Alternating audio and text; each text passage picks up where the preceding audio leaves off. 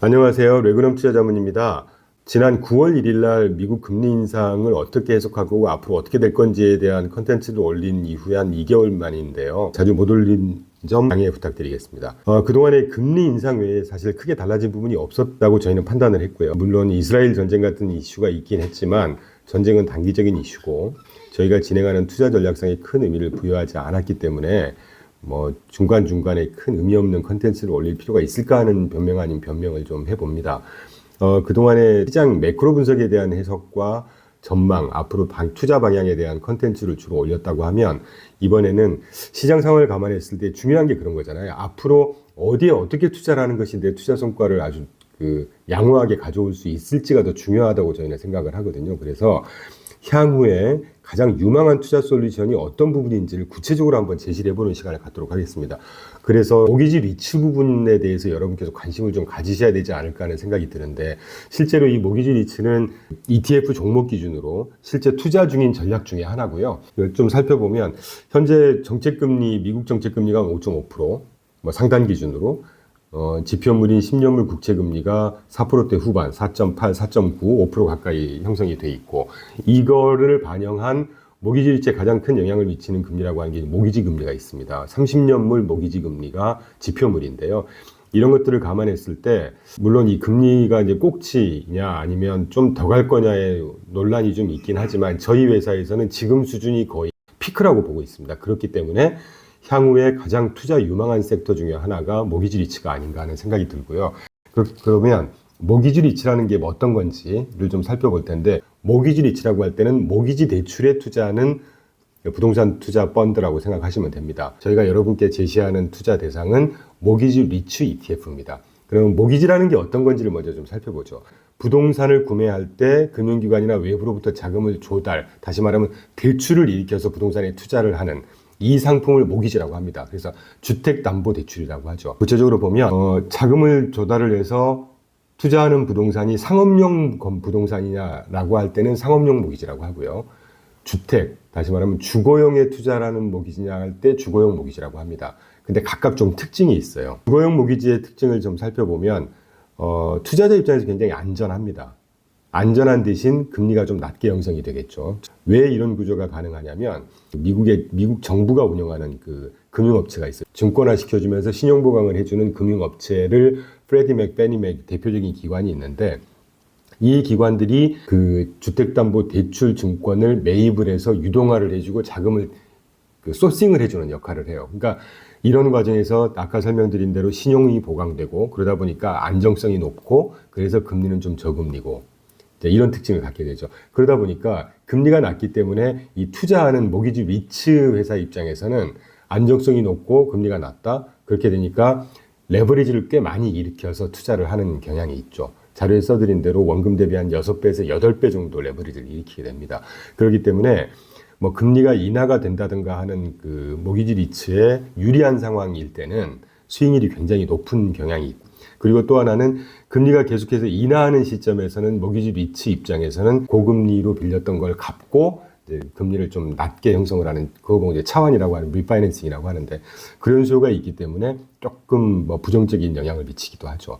반면에 상업용 부동산 같은 경우는 금리 인상에 유리합니다. 왜 그러냐면 상업용 부동산에 투자를 했을 때 금리가 올라가게 되면 가격이 하락한다든가 이자 스프레드 손실이 좀 있을 수 있을 거 아니겠습니까? 그런데 그 부분에서 상업용 모기지 리츠는 이 리보 금리에 연동이 돼 있어요. 그러니까 투자자가 받을 수 있는 이자 수준이라는 것이. 그렇기 때문에 금리가 인상됐을 때 이자 스프레드 확대에 따라서 발생하는 손실을 상당 부분 상쇄시켜 주죠.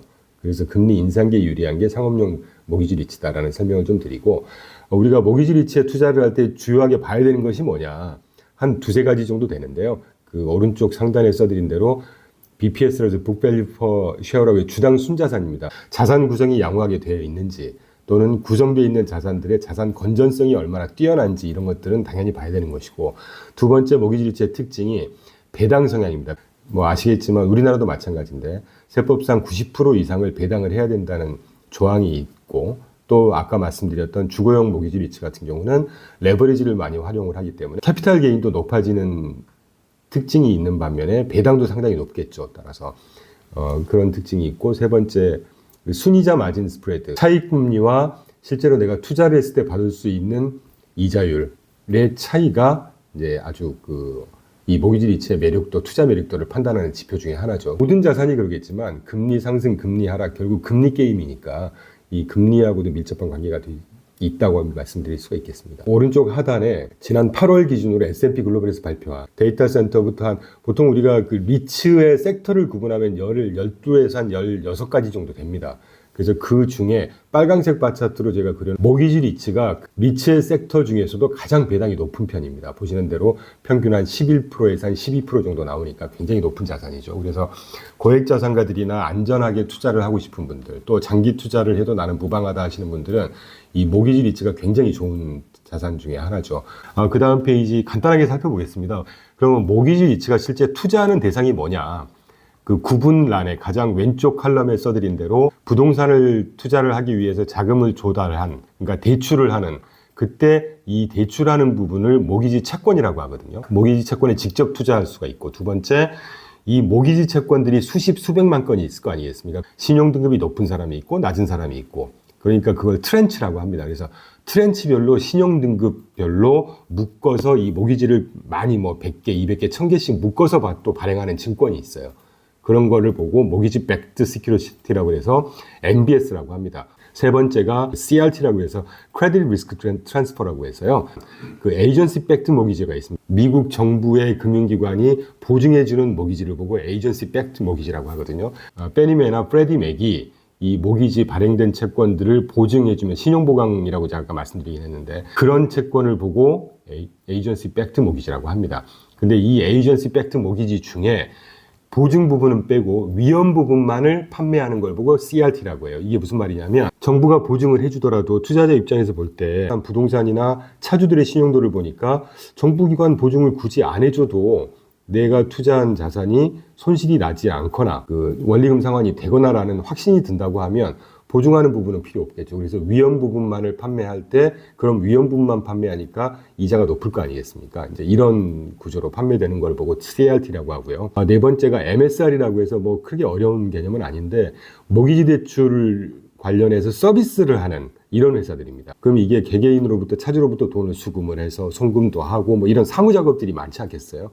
근데 이걸 아무나 못 한다는 거죠. 모기지 관련한 사무 작업만 전문적으로 하는 회사들에도 투자를 한다고 합니다. 그리고 기타 부분에 무슨 이 모기지 대출, 그 다음에 이자만 선체하는 모기지가 있을 것이고, 이런 거는 그냥 이름만 보셔도 아실 테니까 넘어가고요.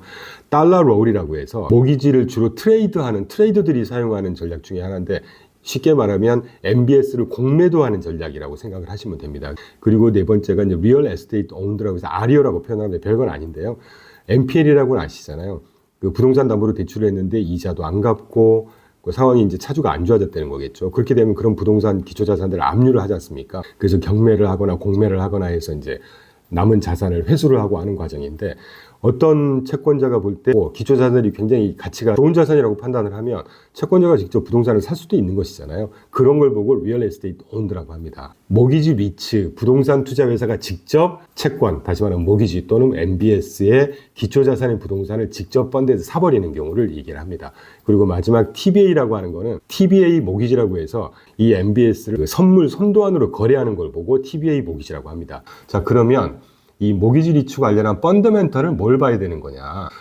대부분이 그 주거용 모기지가 굉장히 발달이 돼 있습니다. 아까 페니맥, 프레디맥 같이 정부가 보증해주는 금융기관이 따로 설립이 돼서 시장을 형성해 줄 정도니까. 그래서 우리가 모기지 리츠 관련한 펀더멘털을 봐야 될 때는 미국 가계의 재산 건전성 이런 것들을 봐야 돼요. 미국 가계의 자산 구성이 어떻게 돼 있고 그 자산 중에 부채를 얼마나 갖고 있는지 미국 가계가 그 중에 그 모기지 관련한 대출이 몇 프로나 차지하는지를 한번 보겠습니다. 지난 9월 말 현재로 3분기 말 현재로 미국 전체 가계의 총 자산의 가치가 규모가 174.4 트릴리언 달러 정도 형성이 돼 있다고 합니다. 주택이 28% 자산을 차지하고 other tangible이라고 해서 다른 만질 수 있는 자산이겠죠. 5%, 디파짓 예금이 8%, 그다음에 펜션 펀드가 한 18% 차지하고요. Other financial asset, 그러니까 뭐 채권이라든가 주식이라든가 뭐 이런 등등의 유가증권에 투자하는 부분 아니겠습니까? 이게 41%. 그러니까 우리나라하고 비교해 보면, 그래서 미국 가계의 자산 구성을 특징을 보면 유가증권 부분만 거의 18, 41%니까 뭐 한 60%에 달하죠. 우리나라하고 좀 다른 측면이 있습니다. 그 자산 구성은 그렇게 돼 있고, 라이어빌리티라고 해서 이제 부채 부분이 미국 가계 부채가 한 20트릴리언이라고 하거든요. 그래서 총 자산이 174트릴리언인데 부채가 20트릴리언이니까 그렇게 높은 수준이 아니죠. 건전성이 꽤 있다고 저희는 보여집니다. 그 20트릴리언 중에 모기지 부분이 아무래도 많이 차지하겠죠. 한 66%를 차지하고 있습니다. 뭐 현황이니까요. 한번 참고를 해주시고, 그 다음에 미국 가계의 이제 원리금 상환 비율, 우리나라에서 DSR이라고 하잖아요. 1년에 내가 버는 소득 중에, 가처분 소득 중에 내가 일으킨 대출의 원리금 상환액이 몇 프로나 되느냐를 따지는 거 아니겠습니까?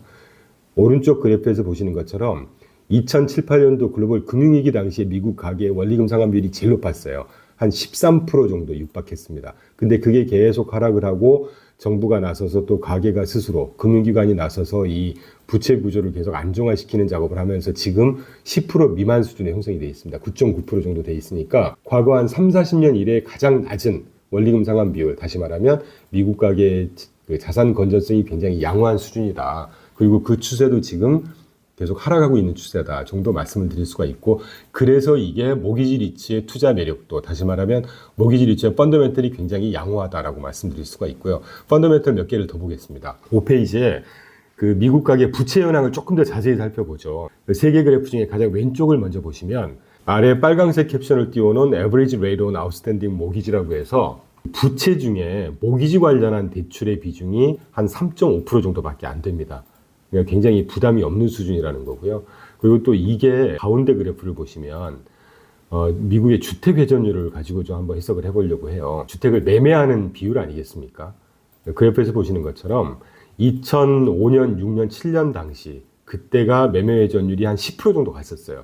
그러니까 미국 전체 가계 주택 중에 매년 거래가 되고 손바뀜이 있는 비율이 10% 같이 안 된다는 얘기입니다. 작년 3월부터 페드가 본격적으로 금리를 올리기 시작했지 않습니까? 페드가 금리를 올리면 신용물 금리도 따라서 올라가고, 또 그게 모기지 금리도 연동이 돼서 올라가게 되니까, 사실 작년 금리 인상 본격적으로 시작하기 전에 모기지 30년물 모기지 금리가 3%대 또는 3% 중반이었습니다. 근데 지금 8%대니까 작년 내내 계속 올랐겠죠. 6%, 7% 이렇게 오르다가 최근에 8%까지 올랐는데, 그러다 보니까 주택을 살려고 하는 사람의 수요가 줄어들 거 아니겠습니까?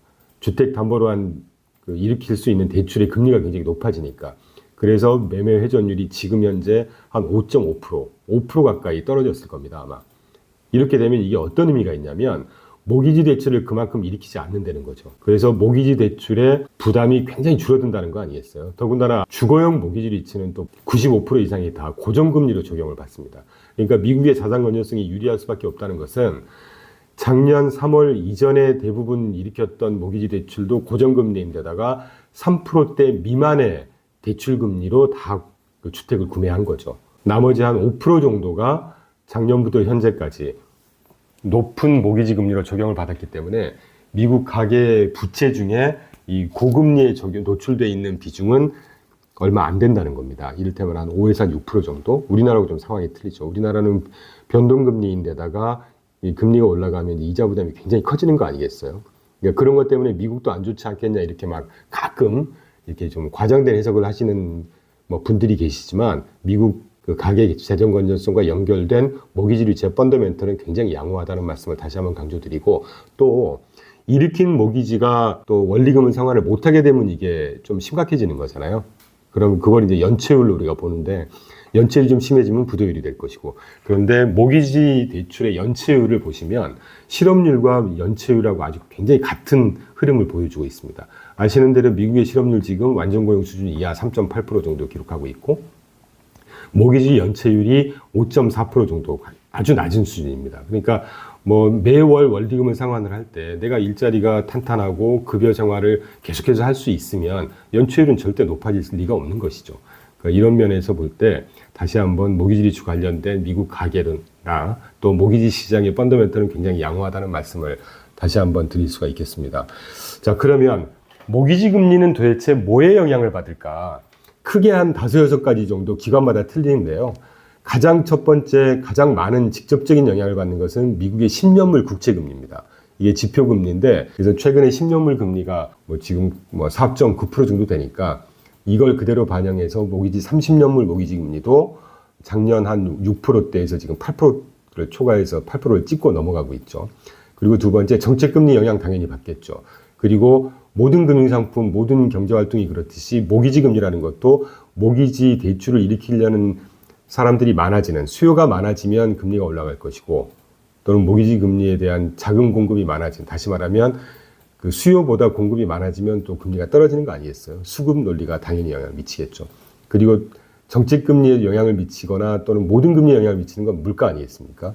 그리고 또 하나는 모기지 대출을 일으키려고 하는 대출자의 신용도가 낮으면 모기지 대출 금리가 올라갈 것이고, 그런 건 당연히 아실 테니까. 또 두루두루 경제 상황은 다 영향을 미친다고 하는데, 모기지 금리 추이나 향후의 전망을 볼 때는 가장 중요한 것이 정책 금리와 미국 10년물 국채 금리입니다. 그러니까 결국은 우리가 늘 아는 대로 물가 잡기 위해서 정책 금리 올렸고, 최근에 금리 물가는 조금 안정돼 있고, 또 정책 금리 추이에 직접적인 영향을 받는 것이 미국의 10년물 국채 금리니까 이제 그렇게 해석을 하시면 될 것 같아요.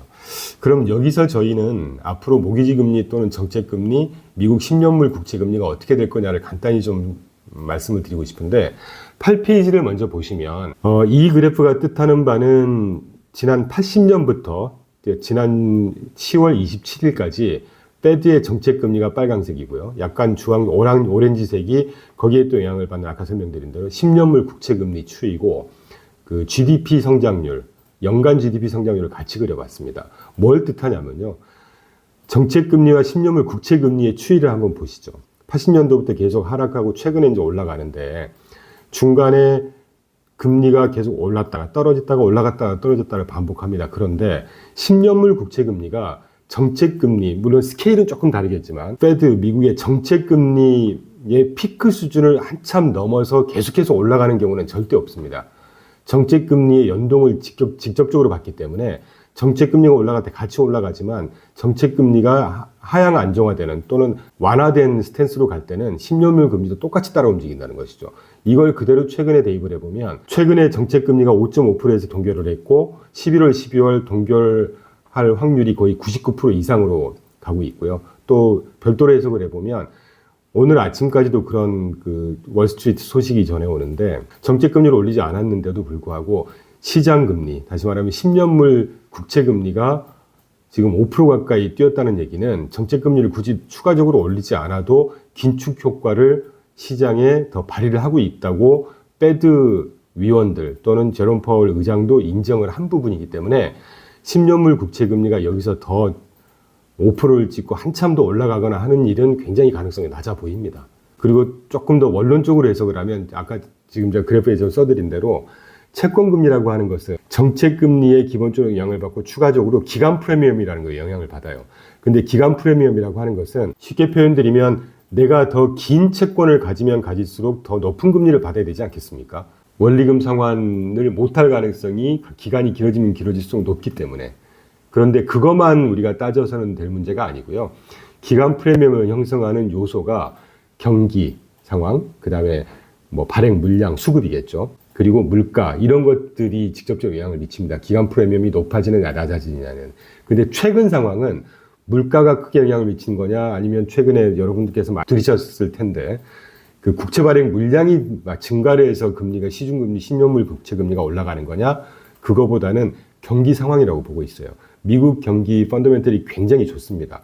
GDP 나우 기준으로 지난주에 올 3분기 잠정치긴 하지만 미국의 경제 성장률이 4.9%를 기록했잖아요. 굉장히 그 양호한 성장세죠. 견조하다는 얘기입니다.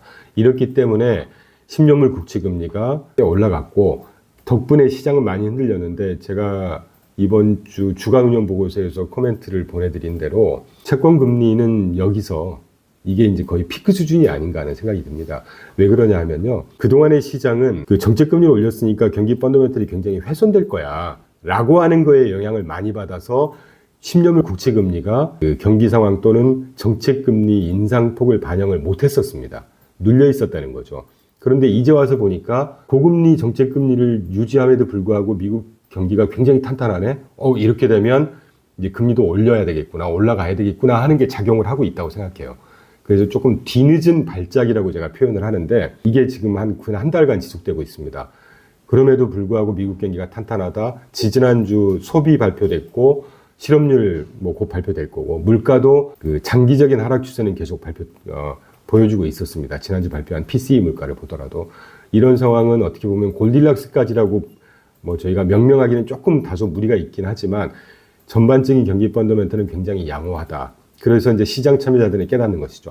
정책 금리를 높게 유지를 해도 미국 경기가 탄탄하네. 이제 그렇게 되면 실질 금리 올라가는 거에 따라서 시중 금리도 자연스럽게 올라가는 뒤늦은 급한 반영인 거기 때문에 시장이 좀 흔들린 감이 없지 않아 보입니다. 그렇게 이게 한 달 정도 지속돼 있기 때문에 이제는 좀 하향 안정화되지 않을까. 10년물 국채금리가 하향 추세로 가진 않더라도 시장의 어떤 발작 현상은 이제 좀 잦아들지 않을까 하는 생각이 듭니다. 그런 면에서 하루의 주가 움직임 갖고 우리가 판단할 수는 없는데 어제 같은 경우는 시장이 어느 정도 조금 안정화되어 있는 모습을 보였죠. S&P 500이라든가 나스닥이라든가 다우존스라든가 한 1% 가까이 올랐었으니까요. 이제 그 정도 해석을 하고 있고요. 금리가 향후에 이렇게 하향 안정화 또는 안정화될 거라고 보면 모기지 리츠에는 어떤 영향이 있을 거냐. 7페이지를 거꾸로 좀 가보겠습니다. 30년물 모기지 금리 빨강색, 군청색이 미국의 현재 모기지 금리 업체 중에 가장 큰 자산운용 회사입니다. 아날리 캐피탈 매니지먼트라고 하는 회사의 주가를 대표적으로 보면 모기지 금리가 하락했을 때 아날리 캐피탈이 주가는 굉장히 뜨고 모기지 금리가 상승할 때 주가는 빠지죠. 직접적인 관계가 있지 않겠습니까? 금리 영향을 받는 모기지 리츠를 운용하는 회사이기 때문에 모기지 금리하고 반대로 가는 건 맞는 것이겠죠. 중요한 것은 아까 이 앞 페이지에서 정책금리, 10년물 금리에 직접적으로 영향을 받는 모기지 금리 전망이 분명히 하향 안정화 될 것이라고 말씀드렸기 때문에 지금 어느 정도 스파이크하고 있는, 그래서 지금 30년물 모기지 금리 기준으로 8%대 정도 되는 모기지 금리가 하락을 할 거라고 저는 생각을 하고 있고요. 제가 앞 페이지에서 하나 추가로 설명을 안 드려서 하나만 더 덧붙이면 아까 왜 모기지 금리에 영향을 미치는 변수 중에 수급이 있다고 했지 않습니까? 여러분 잘 아시듯이 모기지 금리가 굉장히 높아졌어요. 그래서 주택 매매 회전율이 떨어지고 있습니다. 살려고 하는 사람도 이제 덜 사게 되겠죠. 금리가 높아지니까. 그러면 모기지 금리를 신청하는 대출자 수가 줄어들까요? 증가할까요? 줄어들지 않겠습니까? 미미하긴 하겠지만 모기지 금리 수요도 모기지에 대한 수요가 줄어들게 되면 모기지 금리도 하향 안정화될 수 있는 여지가 분명히 있을 겁니다. 그래서 언제가 될지 모르겠지만 조만간 이 모기지 금리도 하락하게 될 것이고 하향 안정화가 될 것이고 그렇게 되면 이 모기지 리츠의 성과도 대팀하는 탄력이 굉장히 좋기 때문에 상당히 좋은 향후의 투자 성과를 얻지 않을까 하는 것이 오늘 시간을 마련한 그 주된 이유 중에 하나고요. 그리고 마지막으로 저희가 실제 아까 모두의 그 모기지 리츠 ETF를 투자를 하고 있다고 했는데 저희가 투자하고 있는 종목은 M으로 시작한 4개의 알파벳으로 구성되어 있는 ETF고 이 ETF가 2011년부터 설정을 해서 운용을 하고 있거든요. 그래서 지금 9페이지에서 보시는 모든 데이터는 2011년 기준 이후의 데이터를 기준으로 했습니다. 2011년부터 분기별로 모기지 금리가 하락했을 때 어떤 성과가 났고 모기지 금리가 상승했을 때 다른 주요 자산 대비해서 성과가 어땠는지를 한번 비교한 게 우측 상단 그래프입니다.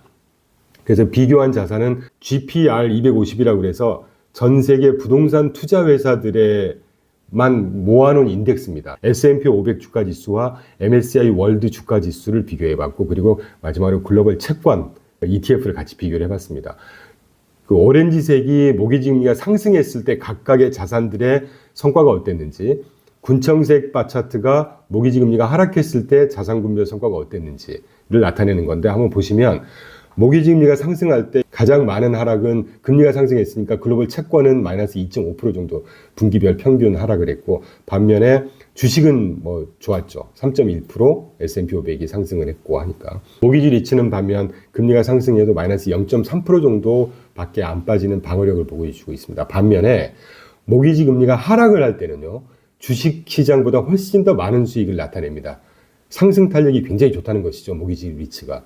보시는 대로 3.4% 기록하고 있고 반면에 S&P 500 2.8, GPR 250, 전 세계 부동산 지수 2.9를 초과하는 수익률을 보여주고 있습니다. 그래서 상승 탄력이 굉장히 좋고 이렇기 때문에 향후에 금리, 당시 말하면 정책금리든 10년물 지표 국채금리든 따라서 연동되는 모기지 금리가 하락을 할 거라고 저희는 조만간 그렇게 될 거라고 보고 있고, 그래서 이 모기지 리츠를 저희가 이제 추천드리는 컨텐츠를 준비를 한 배경이 되겠습니다.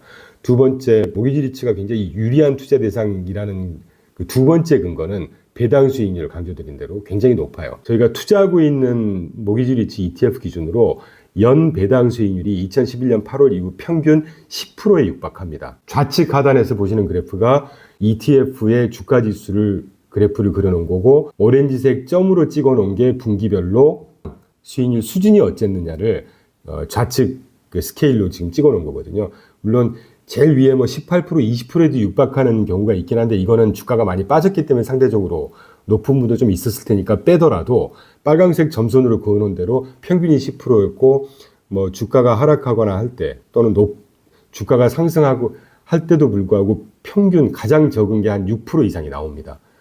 그래서 평균 10% 정도의 배당을 주기 때문에 뭐 상당히 좋은 투자 대상 중에 하나고, 실제 저희가 갖고 있는 계좌에 배당이 들어왔는데 지난 3분기 말 기준으로 13.36 정도의 배당이 나왔더라고요. 그 높은 배당 수익이라고 할 수가 있죠.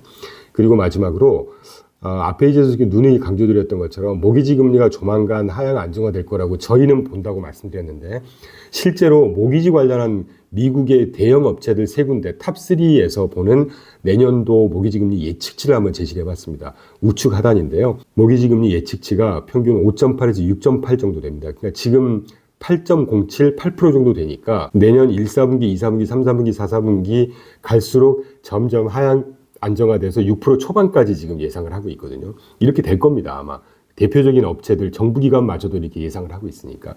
그렇다고 하면 1, 4분기 평균 6.8, 지금 현재 8%에서 6.67로 한 1.33% 하락을 할 경우에 이 모기지 리츠의 예상 기대 수익률, 저희가 시뮬레이션 돌려봤을 때 한 23% 수익률이 날 걸로 예상이 되고, 4, 4분기 6%대, 6% 초반이죠. 6.27 정도로 예상을 하고 있는데, 지금으로부터 한 173bp 하락을 할 때 한 30%에 육박하는 수익률이 나올 거라고 예상이 됩니다. 자, 그러면 저희가 투자하고 있는 지금 이 ETF 기준으로 9월 말부터 지금까지 마이너스 한 4%, 15% 정도 마이너스가 돼 있습니다. 최근에 나온 배당 수익률이 연 13%예요. 그러면 지금 급격한 금리 상승으로 인해서 캐피탈 게인이 한 15% 마이너스인데, 그 최근에 빠진 수익률이 배당 수익률로 어느 정도 커버가 되는 부분, 그럼 나머지 산술적으로 볼 때라도 한 마이너스 2, 3% 남은 부분은 향후에 금리가, 모기지 금리가 하향 안정화됐을 때 상당히 높은 그 상승 탄력을 보여주는 뭐 20% 이상, 30% 가까운 수익률을 얻을 수 있기 때문에 내년까지 보더라도 거의 뭐 한 20% 이상의 수익률은 충분히 얻을 수 있지 않을까. 그리고 또 내년도에도 배당이 나올 거니까 20, 30% 이상의 수익을 얻을 수 있지 않을까 하는 생각이 듭니다. 다시 정리드리면, 최근에 한 달 정도 뭐 급격하게 금리 인상이 있었는데, 이 금리 인상은 최근에 경기가 견조한 부분을 뒤늦게 반영하는, 그래서 센티멘트가 급격하게 흔들리는 약간의 발작 수준 정도라고 보고 있습니다. 이 발작 수준도 조만간 아마 안정화될 것이고, 지난주 후반부터 보니까 시장은 조금씩 이제 받아들이는 것 같아요. 받아들여야죠. 경기가 탄탄하고 정책금리가 높고, 그렇게 하면 실질금리도 최근에 한 뭐 2.6% 정도까지 올라온 것처럼 시중의 금리도 당연히 올라가야 되는 거 아니겠습니까? 신흥시장이 성장률이 높은 반면 금리가 높은 거하고 똑같은 논리죠. 그런데 아까 설명드린 대로 GDP 나우 기준으로 지난주 발표된 미국의 3분기 경제 성장률이 4.9%라고 했을 때 이에 합당한 금리 수준으로 올라가야 되지 않겠어요? 지금 그 과정이 단기적으로 온 것뿐입니다. 그래서 여러분 너무 향후의 전망을 너무 비관적으로 하실 필요는 없다는 것이고, 시중의 금리, 경기 상황을 반영한 시중의 금리는 조만간 하향 안정화될 거다. 그랬을 때 우리가 금리가 안정화가 되면 보통 채권, 장기 채권, 장기 국채에 투자하는 게 제일 좋은 투자 대상이라고 생각하시는데요. 그렇지 않습니다. 오늘 제가 소개해드린 모기지 리츠 같은 경우는 배당만 해도 뭐 국채 금리의 거의 2~3배 이상 되잖아요. 9페이지에서 보시는 것처럼 금리가 하락했을 때 상승 탄력은 어떤 자산보다 굉장히 높습니다. 그래서 모기지 리츠를 한번 관심을 가지고 한번 보시라는 말씀을 꼭 좀 드리고요.